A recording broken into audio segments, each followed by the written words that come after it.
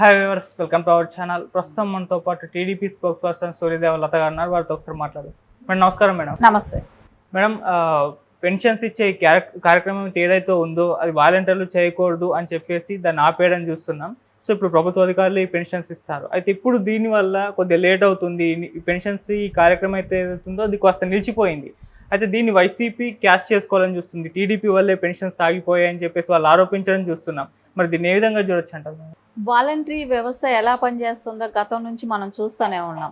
ఎప్పుడు కూడా వాలంటరీ వ్యవస్థ ఎట్లా పనిచేస్తూ ఉంది. జగన్మోహన్ రెడ్డికి ఆయన అనుచరులు ఆయన ఏదో ఒక ప్రైవేట్ ఆర్మీని పెట్టుకున్నట్టే పనిచేసింది గత కొద్ది రోజులుగా. ఈ 5 ఏళ్ళు కూడా అదే చేసింది. దానికి గాను ఈసీ తీసుకున్న స్ట్రాంగ్ డెసిషన్ ఏమైనా ఉందంటే వాలంటీర్లని పక్కకు పెట్టడం. సో ఎక్కడ రేపు పోలింగ్ బూత్ లేక రాకుండా వాళ్ళు రాకూడదని ఆంక్షలు పెట్టడమే కానివ్వండి, ఇప్పుడు పెన్షన్ను ఇంటింటికి వెళ్ళి ఇవ్వాల్సిన అవసరం లేదు. ఆ సాకు పెట్టుకొని వీళ్ళు ఏమనుకున్నారంటే ఓటుకు నోటు కూడా ట్రాన్స్ఫర్ చేయొచ్చు, వాలంటీర్లు ఎలాగో వెళ్తారు కాబట్టి సో ఆ పని కూడా అవుతుందనే ఒక ప్లానింగ్లో ఉన్నారు. సో అది కూడా లేకుండా పోయింది. దాన్ని చేసే ఆస్కారం లేకుండా పోయింది.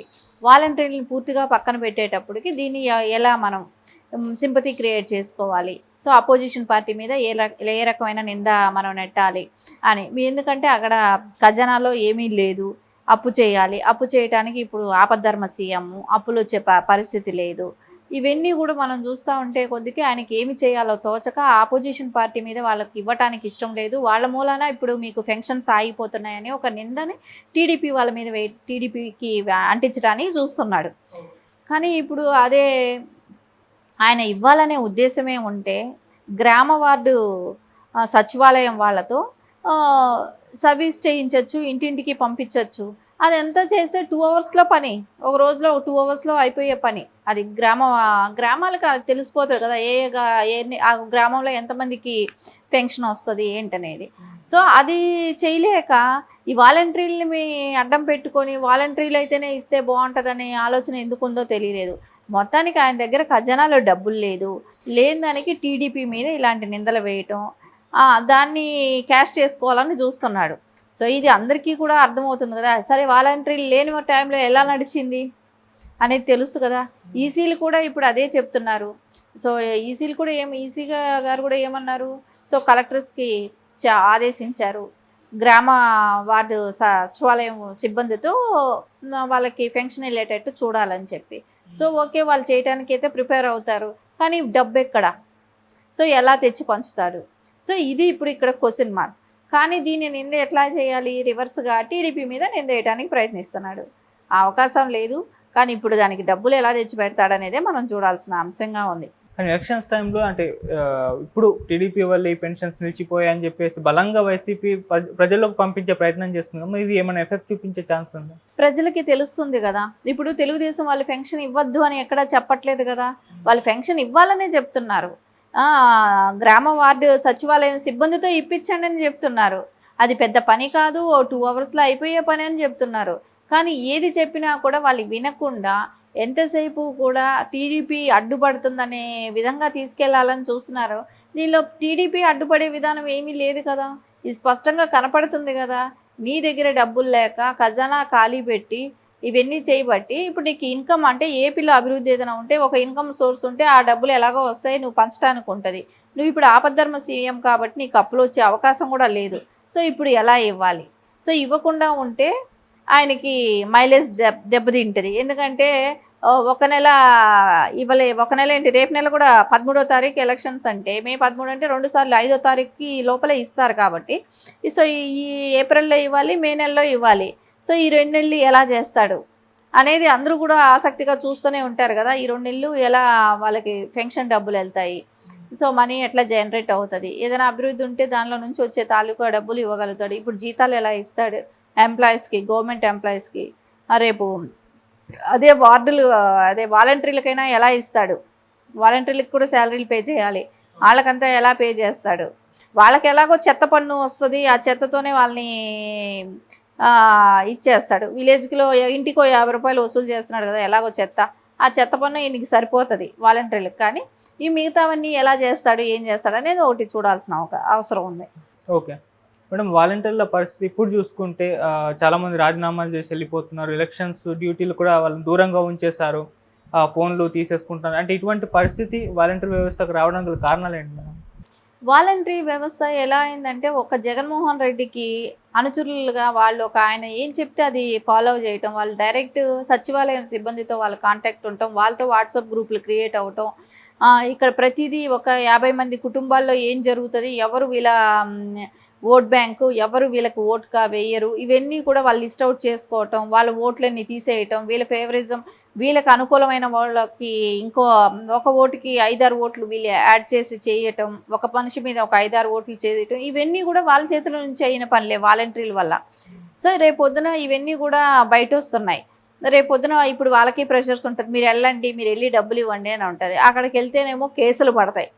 సో కొంతమంది భయపడే వాళ్ళు ఉంటారు కదా. సో ఎందుకు మన భవిష్యత్తు, ఈ 5,000 కోసం భవిష్యత్తు నాశనం చేసుకోవటం, రేపు జైలు కేసులని తిరగటం అవసరమా మనకని కొంతమంది భయపడి మానేసే వాళ్ళు ఉంటారు. కొంతమంది ఇంకా కూడా జగన్మోహన్ రెడ్డి గారు మన ఎలా నెక్స్ట్ సీఎం అవుతాడు, సో మన మీద పడ్డా కూడా మాఫీ చేస్తారు ఇనే ఇంకొక వర్గం వాళ్ళు ఉంటారు. కాబట్టి వాళ్ళు అలా ప్లాన్ చేసుకోవచ్చు. అది ఖచ్చితంగా అయితే వాలంటరీ వ్యవస్థ అనేది జగన్మోహన్ రెడ్డికి కొమ్ము కాస్తుంది. సో అందుకోసం వాళ్ళని ఫస్ట్ ఈసీ గమనించింది కూడా, వాళ్ళని గమనించడం మూలానే వాళ్ళని పక్కన పెట్టడం కూడా జరిగింది. అంటే కొంతమంది అభిప్రాయం ఏంటంటే మేడం, ఇన్ఛార్జీని మార్చేస్తే అయిపోతుంది కదా, ఇక్కడున్న వాలంటీర్స్ ఎవరైతే ఉన్నారో వాళ్ళని ఎక్కడో ప్లేస్ చేసి అక్కడ నుంచి వాళ్ళ సేవా కార్యక్రమాలని యూజ్ చేసుకోవచ్చు కదా, ఎందుకంటే వాళ్ళు కూడా గవర్నమెంట్ వాళ్ళకి శాలరీలు ఇస్తుంది కదా అన్నట్టు మాట్లాడుతున్నారు. ఓకే, కానీ వాలంటరీ వ్యవస్థ లేనప్పుడు గవర్నమెంట్ నడవలేదా? సో ఎంప్లాయీస్ లేరా, మనకు గవర్నమెంట్ ఎంప్లాయీస్ లేరా?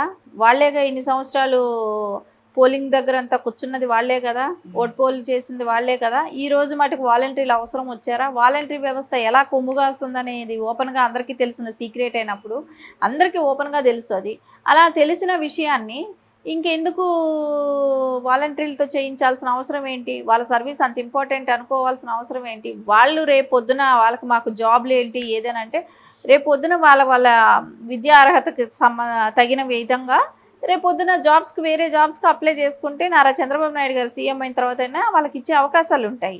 అంతేగాని ప్రతివాడు వాలంటరీ అంటే వాలంటరీ వ్యవస్థ అవసరం లేదు. ఎంప్లాయీస్ ఉన్నారు, టీచర్స్ ఉన్నారు, గ్రామ సచివాలయం వార్డులు మెంబర్స్ ఉన్నారు, వీళ్ళందరూ ఉన్నారు కదా. రెవెన్యూ డిపార్ట్మెంటు, ఎంఆర్ఓ ఆఫీస్ ఇవన్నీ ఉన్నాయి కదా. ఎవరి పనులు వాళ్ళు సిస్టమ్ నడుస్తూనే ఉండేది కదా. ఇప్పుడు కొత్తగా వీళ్ళు వచ్చి నడిపించేది ఏముంది? సో ఓన్లీ అంటే ప్రైవేట్ ఆర్మీ లాగా పెట్టుకొని ఆ డబ్బులని గవర్నమెంట్ నుంచి ఆయన సొంతంగా పెట్టుకున్న ఆర్మీకి డబ్బులు చెల్లించాడు. అంతేగాని ఆయన దేశానికో మన ఏపీ రాష్ట్రానికో వాళ్ళ మూలాన మంచి జరుగుతుంది అనేది ఏం కాదు. ఆయన అవసరాల కోసం వాళ్ళని వినియోగించుకున్నారు. ఓకే, సో ఇప్పుడైతే ఈ పెన్షన్ల ఇష్యూ అయితే ఏదైతే ఉందో దీనిపైన వైసీపీ చేసిన విమర్శల్ని టీడీపీ అయితే తిప్పికొట్టే ప్రయత్నం అయితే చేయలేదు, అంటే ఇంకా డిఫెండ్ అయితే చేయట్లేదు. మరి ఎలా డీల్ చేస్తుందంటారు మేడం? తిప్పికొట్టే ప్రయత్నం అనేది ఏముంది? దీనిలో ఓపెన్గా మనకు కనపడుతుంది కదా. నువ్వు పెన్షన్ ఇస్తానంటే ఎంప్లాయీస్ ఉన్నారు, గవర్నమెంట్ ఎంప్లాయీస్ ఉన్నారు, గ్రామ వార్డు సచివాలయం సిబ్బంది ఉంది. సో వాళ్ళు తీసుకెళ్ళి ఇస్తారు. ఇది వరకు కూడా వాళ్ళు ఇచ్చేవాళ్ళు. సో ఇప్పుడు ఏమైంది, మళ్ళీ వాళ్ళే ఇస్తారు. ఒక 2 hours పనికి నువ్వు ఎందుకు ఇంత రాద్ధాంతం చేస్తున్నారు? ఇది కలెక్టర్స్ కల్పించుకోవాలి, వాళ్ళు లోకల్ వాళ్ళ జిల్లాలో వాళ్ళు ఇంప్లిమెంట్ చేయాలి. సో దీనికి ఈసీ కూడా డైరెక్షన్ ఇస్తుంది కదా, ఖచ్చితంగా వాళ్ళే చొరవ తీసుకొని చేస్తారు. దీనికి టీడీపీకి అవసరమైనది ఏమీ లేదు కదా. దీనిలో వాళ్ళు చెడగొట్టాల్సిన అవసరం ఏముంటుంది? వాళ్ళు వచ్చినా కూడా అదే ప్రాసెస్ ఉంటుంది. లాస్ట్ ఎలక్షన్ అప్పుడు కూడా నారా చంద్రబాబు నాయుడు గారు సీఎంగా ఉన్నప్పుడు కూడా ఆయన దిగిపోతున్నా కూడా సరే, ఆపద్ధర్మ సీఎంగా ఉంటూ ఉన్నా కూడా ఇవ్వాల్సిన పెన్షన్స్ ఇచ్చారు కదా. సో వాళ్ళకి ఇవ్వాల్సిన పెన్షన్స్కి తగ్గ డబ్బులే కానివ్వండి అన్నీ అరేంజ్ చేసి పెట్టిన తర్వాతే ఆయన ఆపద్ధర్మ సీఎంగా అయ్యారు. సో ఇవన్నీ కూడా రొటీన్. ఇంకొక గవర్నమెంట్ వచ్చినా ఆ గవర్నమెంట్ వచ్చినా ఈ ప్రాసెస్ అంటూ ఆగకూడదు అనేది నారా చంద్రబాబు నాయుడు గారు ఆ రోజు దృష్టి ఆయన ఆలోచించారు. ఈరోజు జగన్మోహన్ రెడ్డికి అలాంటి ముందు చూపు లేదు, ఏమీ లేదు. ఆయనకు ఆ పూట అప్పు తెచ్చుకొని తింటే కానీ సరిపోని జీవితం లాగా అయ్యింది. సో ప్రతి వాళ్ళకి కూడా అట్లా ఏపీ ప్రజలకు అందరి జీవితాలని అలాగే అడ్డం పెట్టేశాడు.